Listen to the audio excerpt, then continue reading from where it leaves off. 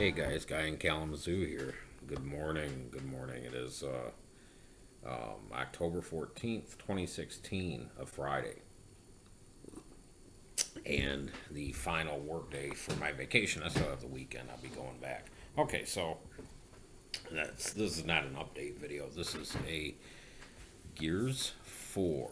My impressions of this game. Um, yeah, let me show the back here. Gears 4. There we go. I love this case. I love this metal case. So I am happy that I purchased the. I think this. I don't know if they call this collector's edition, ultimate edition. I think is what they call it.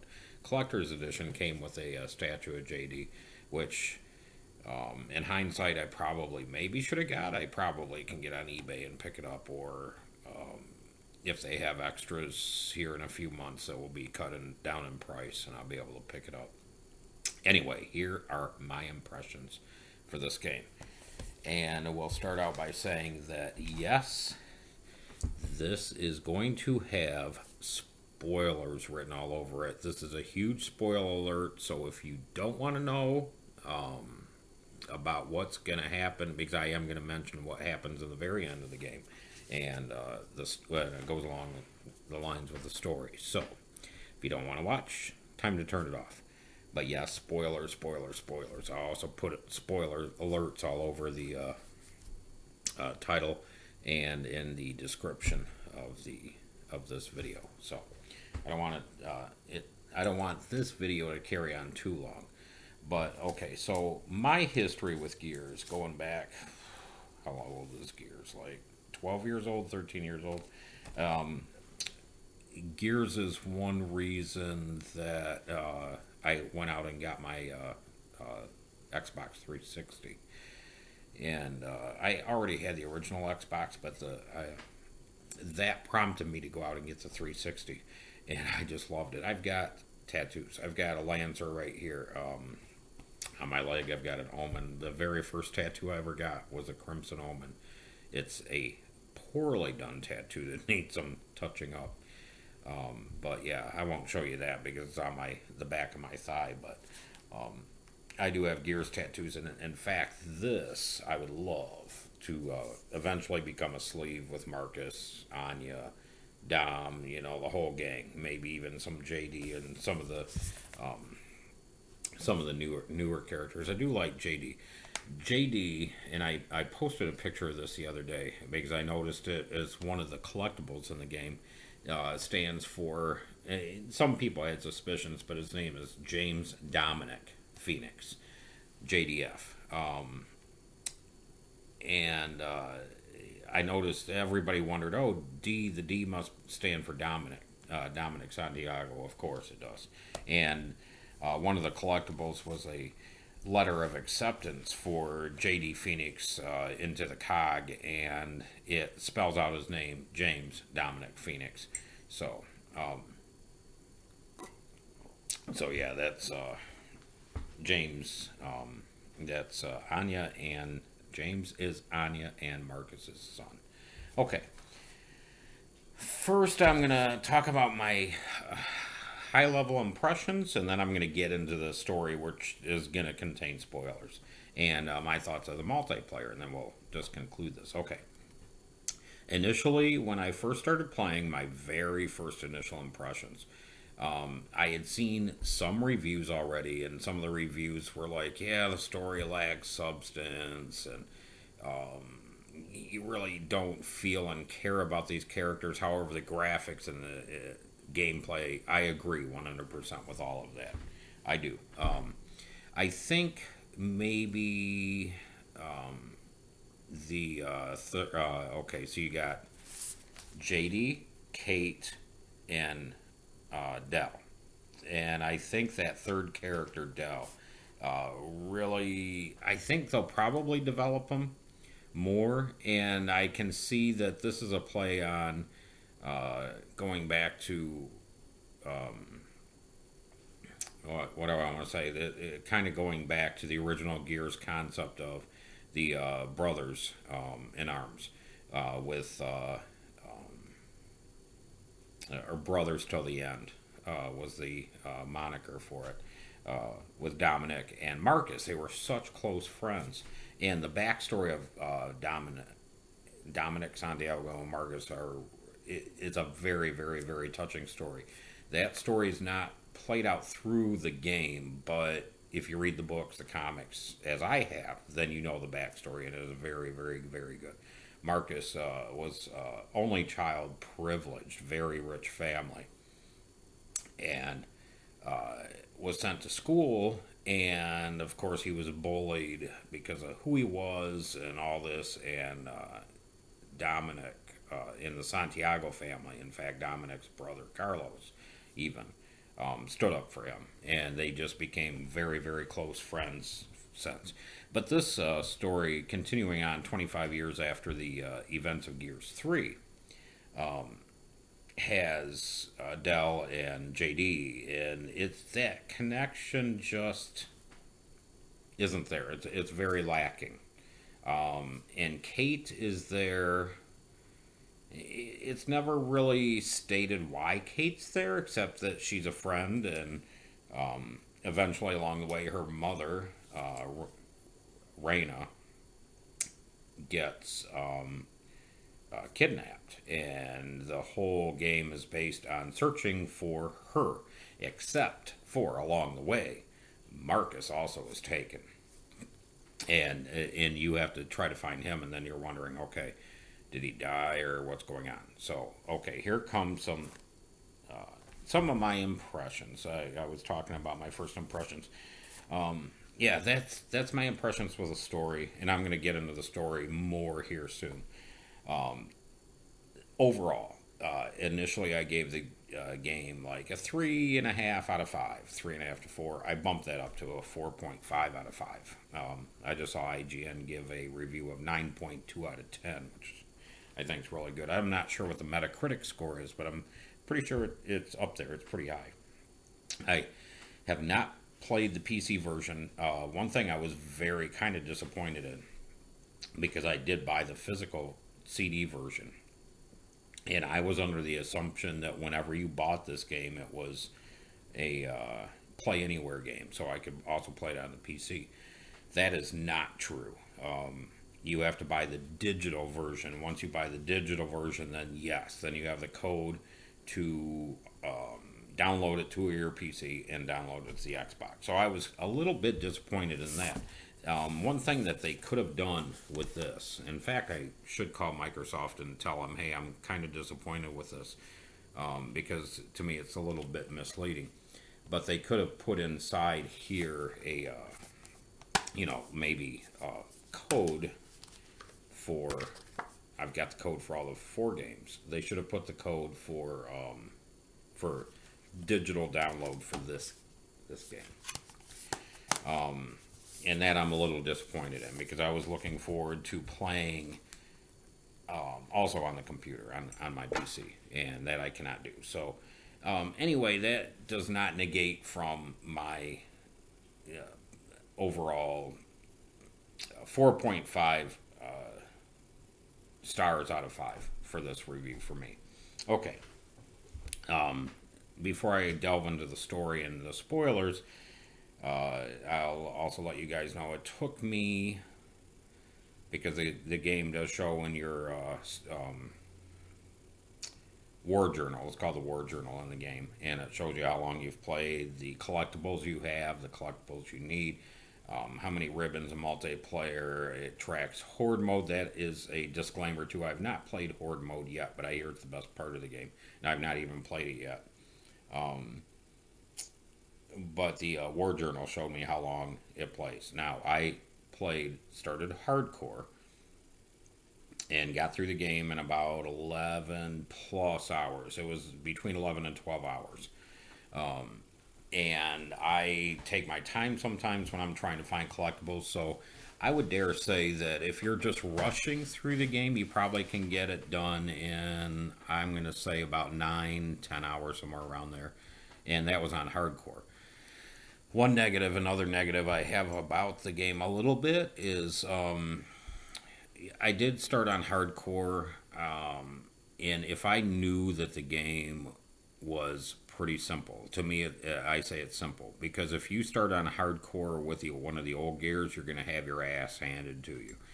This game, I hate to say this in the way in my mind, it's like you get a participation ribbon just for playing. And that I don't agree with that. If you want to play insane hardcore, it should be a challenge. And to me, the meager player who normally just plays on normal mode, playing on hardcore was not a challenge. And now I just want to get through it just for because I'm a completionist, and I know I'll never get all the achievements in this game.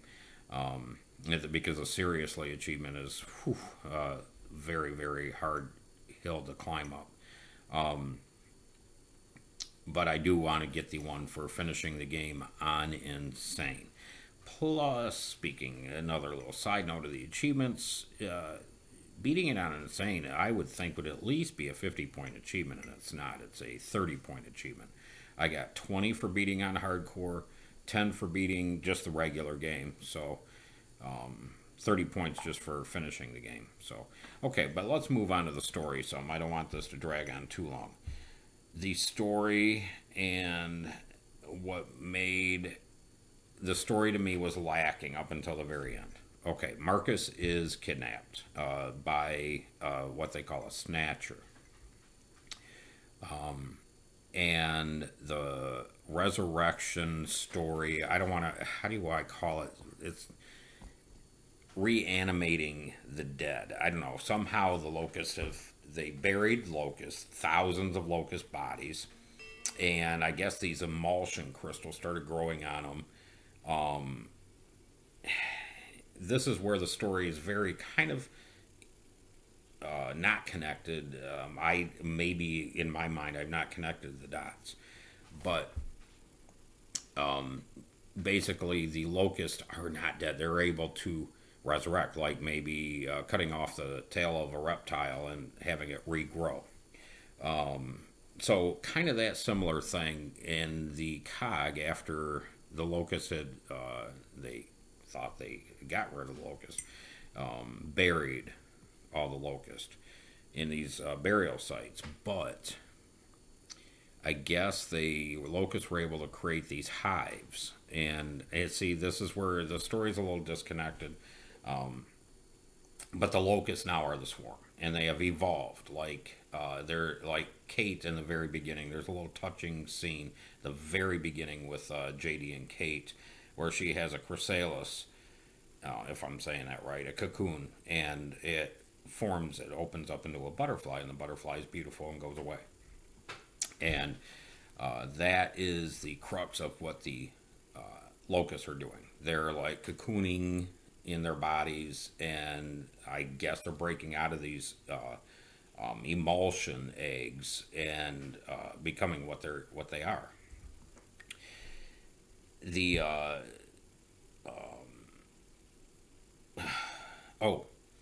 the cog, or the people, the actual humans, are being stolen, and being kidnapped, stolen, what have you, by these snatchers. And the snatchers are taking them and putting them in these pods. And if you're familiar with the enemies, the juvies are humans. They're not really part of the swarm. They're humans, and you find that out a little bit later in the story. So it's all very interesting. Now, I've had a theory from the very beginning of Gears, and people are like, "Oh no, no, no, no," and I still think this theory holds true, and this just lends better credence to my theory. And my theory is, and after reading the books and all, Queen Mira, who Marcus killed in Gears 3, and the leader of the Locust, is Marcus's mother. And with this theory of the resurgence, resurrection, what have you, that kind of adds to my theory, like it could be true. Like they captured Marcus's mother as a human and evolved her into the queen. So from day one, Gears of War 1, I've got people, I've got witnesses, I've got people that know I've been pushing this theory big time. I love Queen Mira. And after reading the books, it's like, and people are like, people tell me, oh no, they found her body. They found bones and they found some of her clothes in the tunnels. But they didn't really find her. Anyway, that's my theory, and this whole thing leads to it. So along the way, your Marcus gets captured by a. If you saw the previews to the game, you'll see he gets caught by a snatcher, and it is you don't never play as Marcus. He's just a AI along the way, and that's fine because you're playing as JD. There is one little touching scene that I missed through the first. I've played through it almost 2 times. The first time I played, just to get through it, I got maybe 80% of the collectibles and the cog tags that you need to find. Yesterday, I took the time to, and this is what I'll do. I'll watch some YouTube videos, Maca Productions, and a shout out to him. I'm going to leave a link to the video I watched from him in the description. I just love watching his productions for walkthroughs or finding collectibles. And that's what I did yesterday is I put it on casual and you're able to select the chapters, and I did each chapter and got all the collectibles. But one that I forgot, and one that I totally missed, was when you first get to the estate where you grew up. And actually, JD makes a comment. No, I was born here. I grew up in boarding school. But it's the mansion or the estate, and you find out it's actually the estate, Anya's estate, and the Stroud family winery. And there's a section off to the right when you first come in, which I didn't, when I first played through, I did not even go over there. But there's a collectible flower, and then you open up the gate and you find out that it is the tomb of Anya. Anya, they don't really say how she died, when she died, but it is her grave. It's her gravesite. And then you progress through, you find Marcus. Marcus gets snatched later on, and there's a touching scene. I think there's 5 acts. I can't remember how many total chapters. There's 3 to 5 chapters in each act. And I think it's an act 4 that you do find Marcus. And I had a little tears in my eyes because you do find him. And at first I thought, oh no, he's dead. Because he looks like his eyes are open and he's in one of these pods. However, like you think he's a drowning victim, the water comes out, he coughs and all that, and he's alive. He comes back alive. Then he needs to call a friend, and because he says when he was attached to the hive, and this harkens back to my days of Star Trek Next Generation with the Locutus and the hive and the collective mind and the Borg. But this made me think of that. And he says when he was attached to the hive, he saw people, he heard things, and he knew that Reyna had been taken early in the game. Reyna is the mother of Kate, and like kind of a leader of one of the outside villages. And when I say outside of the cog, there's a lot more going on in the story I'm not going to get into, but there's these like outside factions of people that are not part of the cog, and the new leader, what's her name, leader Jen, I think's her name, Jen, something like that. She's kind of, I don't know why cog leaders have to be such assholes. Prescott was an asshole, and this woman seems to be a little bit too. Anyway, there's factions outside of the cog, and these factions are they're just outside people, and one of the factions, it seems like, is run by Reyna. Which Chris reminded me, my husband Chris, he reminded me that the word reina in Spanish is queen. So, can you guys guess where I'm getting at? And again, big time spoilers, and I've warned you. So anyway, she's been taken, but Marcus knows that she's alive. He even says they're keeping her alive for some reason. And I already know what the reason is, and that was another downfall for the story in this game. Some of the reviews that I've read or seen have said that there's no surprises, and and it's true. It's like you can follow along the story, and it's like, oh, I know what's going to happen, and sure enough, that it happens. There's no real big surprises except for the very, very last scene, which I'm going to describe now. There is okay, so yeah, you find Reyna, you find the mother, you go through this boss battle. It's like a Leviathan. That's another reason I'm kind of knocking off half a star off this game. The boss battles. There's one Brumach battle. It's called Into the Storm, I think's the name of the chapter. That is, I thought, very, very, very hard. The Brumach itself was not that hard. He's got blisters on his body, and you have to shoot the blisters, but there's several of them. And I did a pro tip, by the way, is there's like 2 or 3 boom shots in the whole room along the way. Find the boom shots because the boom shot, one shot destroys like 1 or 2 of these blisters at a time. So pro tip, get if you're stuck on that part, get the boom shot.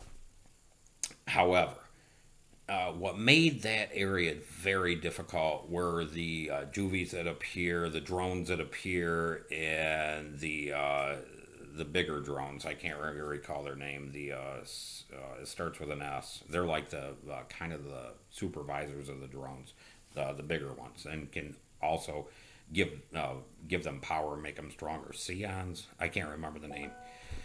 Anyway, that boss battle to me took the longest for me anyway. I died several times, and it was like, oh my god! And it was even a late night when I turned it off, came back the next morning, and by the way, I did take this whole week off of work just for this game. I took vacation for this. But yeah, I came back to it the next morning, and this was yesterday morning, or no, it was the morning before that. It was Wednesday morning, and I killed him. I just finally beat him off. Okay, so you come to that boss, but the final boss is like this Leviathan. He comes up out of the ground. He's got 4 tentacles, and you're in this Gundam type mechanic, big, huge mechanical thing, yeah, which I enjoyed playing. It was fun. But he was very easy to kill, just very, very, very easy. I didn't die not once, and that was on hardcore.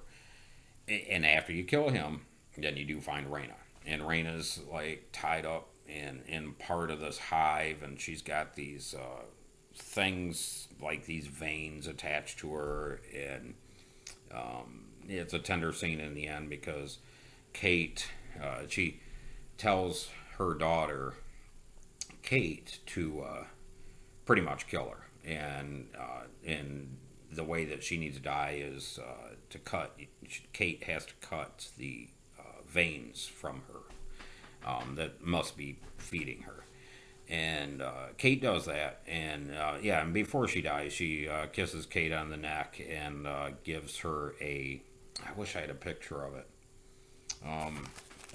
because when I first saw this, it's a necklace, and I thought maybe I had it on a card. No, I don't have it. But it's a square necklace, and it's got intricate design in it, like kind of an Aztec type design. And I even told Chris when I first saw that, I said, "What is that? It looks like locust symbol." Because the front of it, it's a square. It's a square necklace that she has in her hand, and it's got all this intricate. It looks like a maze, and it's beautiful.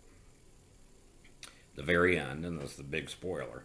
She turns it over, and it is and Reyna, before she dies, had said,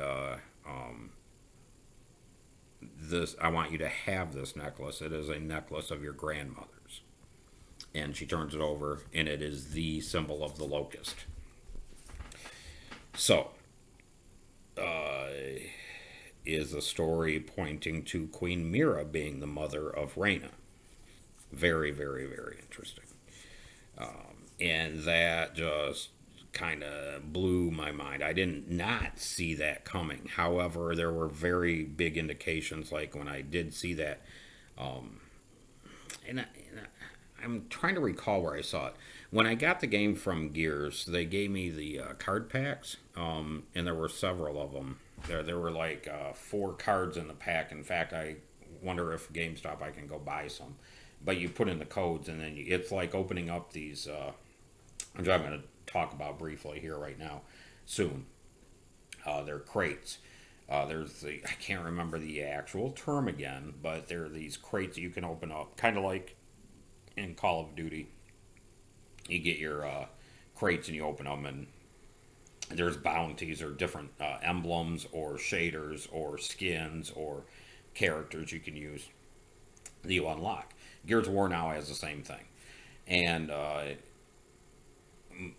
when I got the game, I got a physical pack that I could open, and each card had a code on it. And in fact, one of my characters that I got was Reyna, and I'm trying to think though. I saw that symbol of that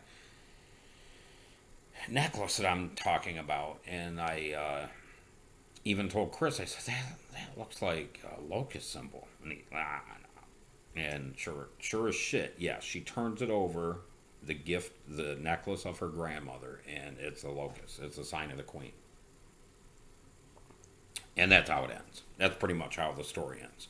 So, lots of unanswered questions. Obviously, there's going to be Gears 5, probably even a Gears 6. In fact, they're probably even working on, I'm sure, Gears 5 now. They've probably have been for a year.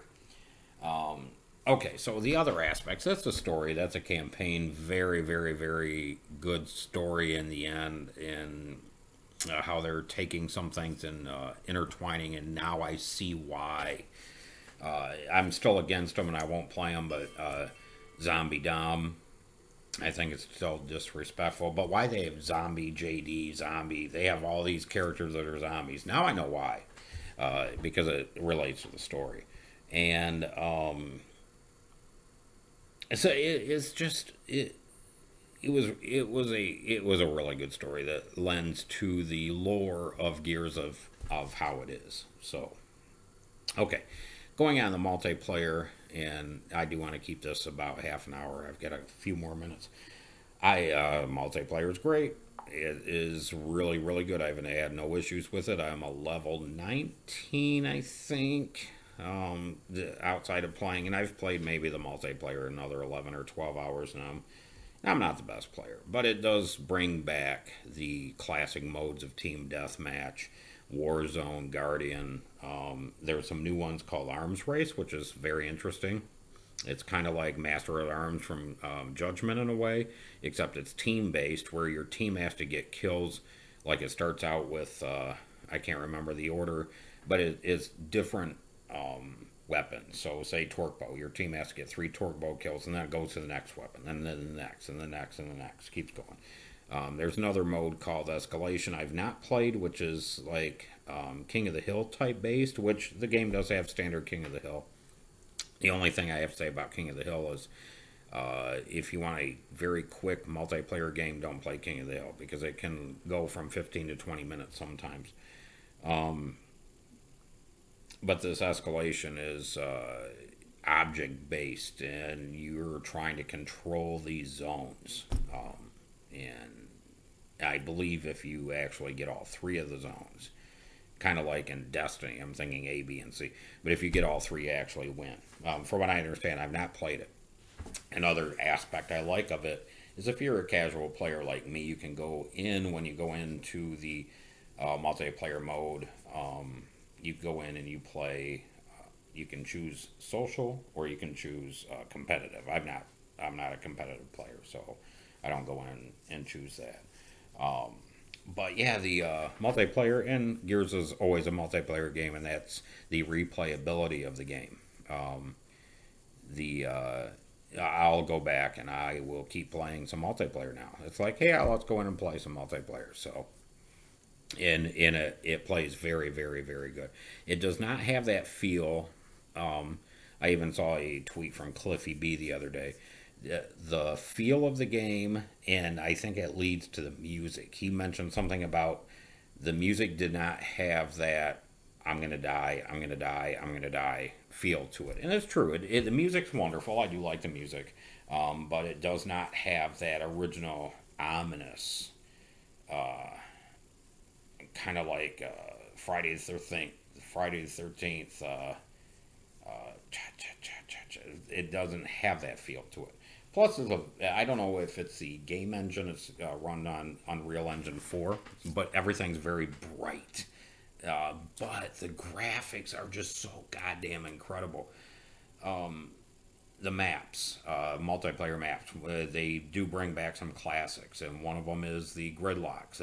I love some of these maps, and some of the multiplayer maps are interactive. One of them is called Lift, where you're on this lift and it keeps going down, keeps going down, keeps going down, and eventually in certain areas, that's when your power weapons appear as it's going down.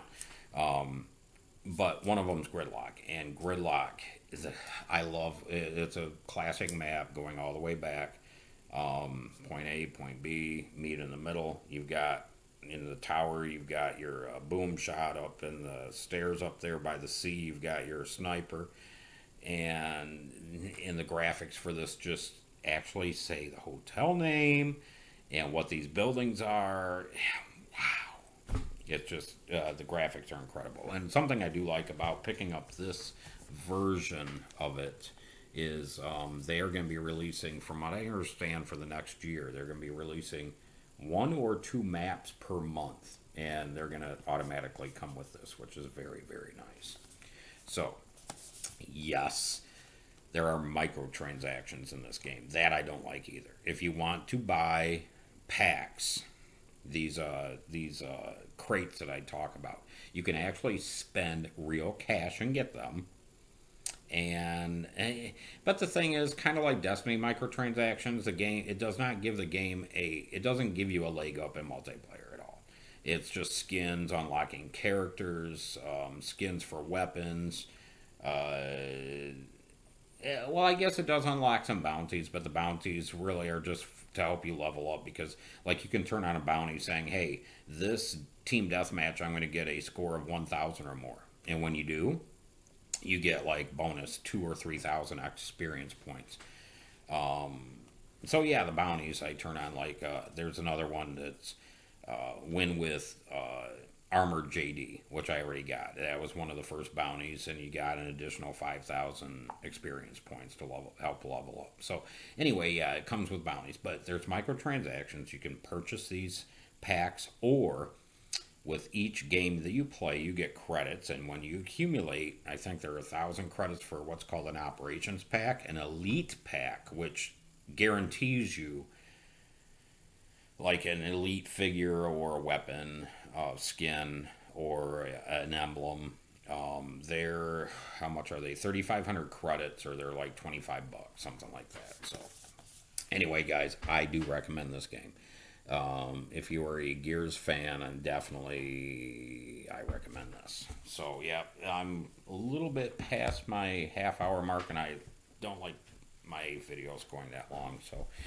So anyway, guys, that's my take on Gears.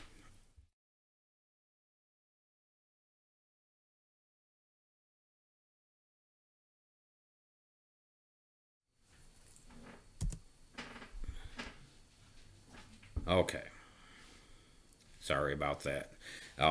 Something just happened with I'm recording on the Surface, and it just it unplugged and went to sleep, and it's like, oh shit.